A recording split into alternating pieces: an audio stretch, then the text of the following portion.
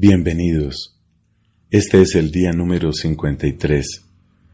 Deseamos leer la Sagrada Escritura en 365 días. Estamos completando cerca de una séptima parte de nuestro recorrido total. Seguimos implorando la bondad, la misericordia de Dios, que nos conceda perseverancia y sobre todo el auxilio de su Espíritu Santo para comprender la palabra que Él nos ha otorgado y para vivirla en honor de su nombre, para gloria suya. Hoy tendremos textos del libro del Éxodo, del libro de los Salmos y del Evangelio según San Mateo. En el nombre del Padre y del Hijo y del Espíritu Santo. Amén. Éxodo, capítulo 39. También hicieron las vestiduras litúrgicas para el culto del santuario, y las vestiduras sagradas de Aarón, como el Señor lo había ordenado a Moisés. Para ello emplearon púrpura y violeta y escarlata, carmesí y lino fino. El efod lo hicieron de oro, de púrpura, violeta y escarlata, de carmesí y de lino fino reforzado.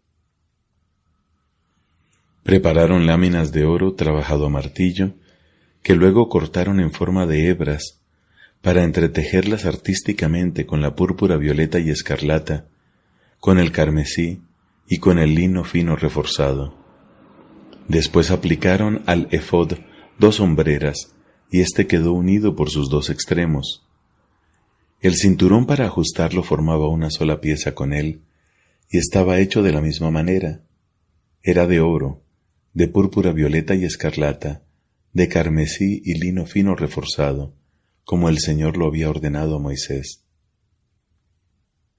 También trabajaron las piedras de lapislázuli, que fueron engarzadas en oro y grabadas con los nombres de los hijos de Israel, como se graban los sellos. Finalmente colocaron las piedras en las hombreras del efod, para que fueran un memorial en favor de los israelitas delante del Señor, como Él se lo había ordenado a Moisés. También hicieron el pectoral, trabajado artísticamente y confeccionado de la misma manera que el efod. Lo hicieron de oro, de púrpura, violeta y escarlata, de carmesí y de lino fino reforzado. El pectoral era cuadrado y de doble paño, de 1 palmo de largo y otro de ancho. Lo guarnecieron de piedras preciosas dispuestas en 4 hileras. En la primera había un jaspe rojo, un topacio y una esmeralda. En la segunda, un rubí, un zafiro y un diamante. En la tercera, un ágata, una cornalina y una amatista. Y en la cuarta, un crisólito, un lapislázuli y un jaspe verde. Todas ellas estaban engarzadas en oro. Las piedras eran 12 en total, como los nombres de los hijos de Israel, y cada una llevaba grabado el nombre de una de las 12 tribus, como se graban los sellos. También hicieron para el pectoral unas cadenas de oro puro, trenzadas a manera de cordones, 2 engastes de oro y 2 argollas de oro, y ajustaron las 2 argollas a sus 2 extremos. Sujetaron las 2 puntas de las cadenas de oro en las 2 argollas que estaban en los extremos superiores del pectoral, y unieron las otras 2 puntas a los engastes que habían colocado sobre las hombreras del efod por la parte de adelante. Hicieron asimismo otras 2 argollas de oro y las ajustaron a los 2 extremos inferiores del pectoral sobre el borde inferior, el que da hacia el efod. También forjaron otras 2 argollas de oro y las adhirieron a las 2 hombreras del efod por la parte de adelante y bien hacia abajo, o sea, cerca de la costura y encima del cinturón. Así sujetaron el pectoral, haciendo pasar entre sus argollas y las argollas del efod un cordón de púrpura violeta, de manera que el pectoral quedaba fijo sobre el cinturón y no podía desprenderse del efod. Esto es lo que el Señor había ordenado a Moisés. Además, hicieron el manto del efod, todo tejido de púrpura violeta. En el centro tenía una abertura semejante al cuello de una cota de guerrero y reforzada con un dobladillo para que no se rasgara. Su ruedo estaba adornado con unas granadas de púrpura violeta y escarlata, de carmesí y de lino fino reforzado. También hicieron unas campanillas de oro puro y las colocaron sobre el ruedo del manto, intercalándolas con las granadas. Las campanillas y las granadas estaban dispuestas alternadamente, una al lado de la otra, a lo largo de todo el ruedo. El manto se empleaba para ejercer las funciones sacerdotales, como el Señor se lo había ordenado a Moisés. Después hicieron las túnicas de lino fino para Aarón y sus hijos. Hicieron el turbante de lino fino, los adornos de las mitras de lino fino y los pantalones de lino fino reforzado. También tejieron las fajas recamadas de lino fino reforzado, de púrpura violeta y escarlata y de carmesí, conforme a la orden que el Señor había dado a Moisés. Finalmente, forjaron la flor de oro puro, signo de consagración, y grabaron en ella, como se graban los sellos, la siguiente inscripción: consagrado al Señor. Luego le pusieron un cordón de púrpura violeta, para poder sujetarla a la parte superior del turbante, como el Señor se lo había ordenado a Moisés. Así fue concluida la construcción de la morada, o sea, la carpa del encuentro. En la ejecución del trabajo, los israelitas obraron exactamente conforme a todo lo que el Señor había mandado a Moisés. Entonces presentaron a Moisés la morada, la carpa y todo su mobiliario, los ganchos, los bastidores, los travesaños, las columnas con sus bases, la cobertura de cueros de carnero teñidos de rojo, la cobertura de pieles finas y el velo protector, el arca del testimonio con sus andas y la tapa, la mesa con sus utensilios y el pan de la ofrenda, el candelabro de oro puro con sus lámparas, las lámparas que debían colocarse en él, todos sus accesorios y el aceite para iluminarlas, el altar de oro, el óleo de la unción, el incienso aromático y la cortina para la entrada de la carpa, el altar de bronce con su enrejado también de bronce, sus andas y todos sus accesorios, la fuente con su base, los cortinados del atrio, las columnas con sus bases, el cortinado para la entrada del atrio, sus varillas, sus estacas y todos sus utensilios para el culto de la morada, o sea, la carpa del encuentro. Las vestiduras litúrgicas para oficiar en el santuario, a saber, las vestiduras sagradas para el sacerdote Aarón y las que usarán sus hijos para las funciones sacerdotales. Los israelitas realizaron todo el trabajo de acuerdo con las instrucciones que el Señor había dado a Moisés. Cuando Moisés vio que habían hecho toda la obra, ajustándose exactamente a lo que el Señor había ordenado, los bendijo. El Señor habló a Moisés en estos términos: el día primero del primer mes erigirás la morada, la carpa del encuentro. Allí pondrás el arca del testimonio y la protegerás con el velo. Luego llevarás la mesa y dispondrás sobre ella lo que sea necesario. También llevarás el candelabro y le colocarás las lámparas. Delante del arca del testimonio pondrás el altar de oro para el incienso, y a la entrada de la morada colgarás la cortina. Después pondrás el altar de los holocaustos delante de la entrada de la morada, y entre la carpa del encuentro y el altar colocarás la fuente llena de agua. Levantarás el atrio alrededor, y a su entrada colgarás el cortinado correspondiente. Luego tomarás el óleo de la unción y ungirás la morada y todo lo que ella contiene. Así la consagrarás con todo su mobiliario y será una cosa sagrada. Ungirás asimismo el altar de los holocaustos con todos sus utensilios. Así consagrarás el altar y éste será una cosa santísima. También ungirás la fuente y su base para que queden consagradas. Después harás que Aarón y sus hijos se acerquen a la entrada de la carpa del encuentro y los lavarás con agua. Luego revestirás a Aarón con las vestiduras sagradas, lo ungirás y lo consagrarás para que sea mi sacerdote. Posteriormente harás que también se acerquen sus hijos. Los vestirás con túnicas y los ungirás, como ungiste a su padre, a fin de que ejerzan mi sacerdocio. Esto se hará a fin de que la unción les confiera el sacerdocio para siempre, a lo largo de las generaciones. Moisés realizó exactamente todo lo que el Señor le había ordenado. En el segundo año, el primer día del primer mes, se procedió a la erección de la morada.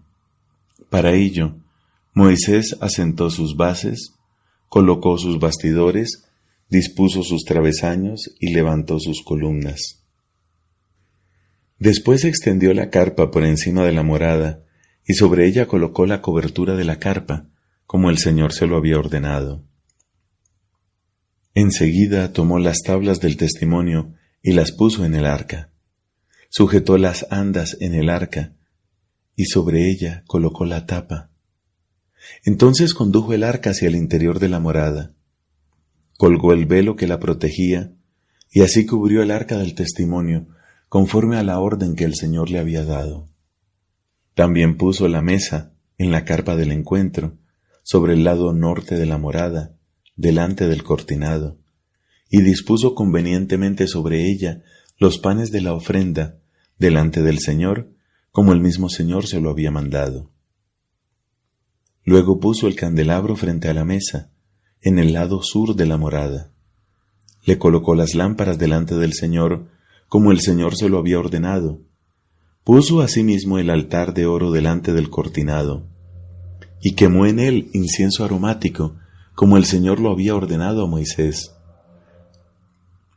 A la entrada de la morada colgó la cortina, y delante de la entrada de la carpa del encuentro puso el altar de los holocaustos, sobre el cual ofreció el holocausto y la oblación, conforme a la orden del Señor. Entre la carpa del encuentro y el altar ubicó la fuente y le echó agua para las abluciones. Moisés, Aarón y sus hijos se lavaron en ella las manos y los pies, y siempre que entraban en la carpa del encuentro y se acercaban al altar, se lavaban, como el Señor se lo había ordenado a Moisés. Finalmente, levantó el atrio alrededor de la morada y del altar, y colgó el cortinado a la entrada del atrio. De esta manera, Moisés dio por terminado el trabajo. Entonces la nube cubrió la carpa del encuentro, y la gloria del Señor llenó la morada. Moisés no podía entrar en la carpa del encuentro, porque la nube se había instalado sobre ella, y la gloria del Señor llenaba la morada. En todas las etapas del camino, cuando la nube se alzaba alejándose de la morada, los israelitas levantaban el campamento, pero si la nube no se alzaba, ellos no se movían hasta que la nube volvía a hacerlo, porque durante el día la nube del Señor estaba sobre la morada, y durante la noche un fuego brillaba en ella, a la vista de todo el pueblo de Israel. Esto sucedía en todas las etapas del camino. Palabra de Dios. Te alabamos, Señor. Fin del libro del Éxodo. Salmo número 55. Del maestro de coro, para instrumentos de cuerda, poema de David. Dios mío, escucha mi oración. No seas insensible a mi súplica. Atiéndeme y respóndeme. La congoja me llena de inquietud. Estoy turbado por los gritos del enemigo, por la opresión de los malvados, porque acumulan infamias contra mí y me hostigan con furor. Mi corazón se estremece dentro de mi pecho. Me asaltan los horrores de la muerte. Me invaden el temor y el temblor, y el pánico se apodera de mí. ¿Quién me diera alas de paloma para volar y descansar? Entonces huiría muy lejos, habitaría en el desierto. Me apuraría a encontrar un refugio contra el viento arrasador y la borrasca. Confunde sus lenguas, Señor, divídelas, porque no veo más que violencia y discordia en la ciudad, rondando día y noche por sus muros. Dentro de ella hay maldad y opresión, en su interior hay ruindad, la crueldad y el engaño no se apartan de sus plazas. Si fuera mi enemigo el que me agravia, podría soportarlo. Si mi adversario se alzara contra mí, me ocultaría de él. Pero eres tú, un hombre de mi condición, mi amigo y confidente, con quien vivía en dulce intimidad. Juntos íbamos entre la multitud a la casa de Dios. Que la muerte los sorprenda, que bajen vivos al abismo, porque dentro de sus moradas solo existe la maldad. Yo en cambio invoco a mi Dios y el Señor me salvará. De tarde, de mañana, al mediodía, gimo y me lamento, pero Él escuchará mi clamor. Él puso a salvo mi vida. Se acercó cuando eran muy numerosos los que estaban contra mí. Dios, que reina desde siempre, los oyó y los humilló, porque ellos no se corrigen ni temen a Dios. Alzan la mano contra sus aliados y violan los pactos. Su boca es más blanda que la manteca, pero su corazón desea la guerra.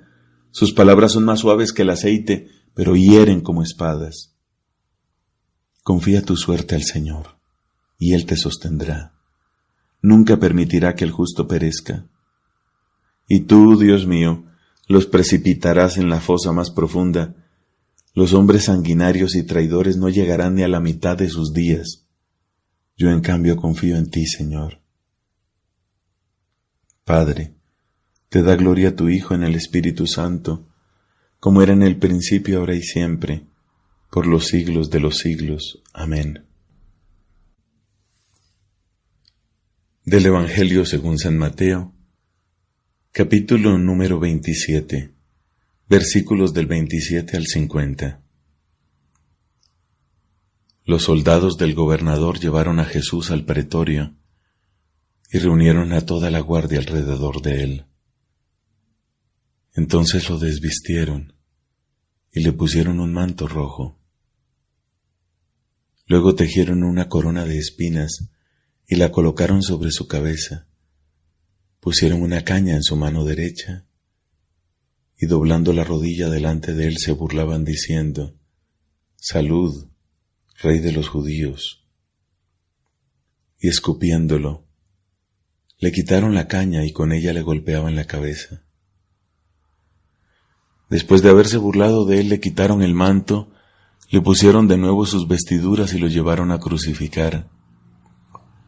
Al salir se encontraron con un hombre de Cirene llamado Simón y lo obligaron a llevar su cruz. Cuando llegaron al lugar llamado Gólgota, que significa el lugar del cráneo, le dieron de beber vino con hiel. Él lo probó, pero no quiso tomarlo. Después de crucificarlo, los soldados sortearon sus vestiduras y se las repartieron, y sentándose allí, se quedaron para custodiarlo.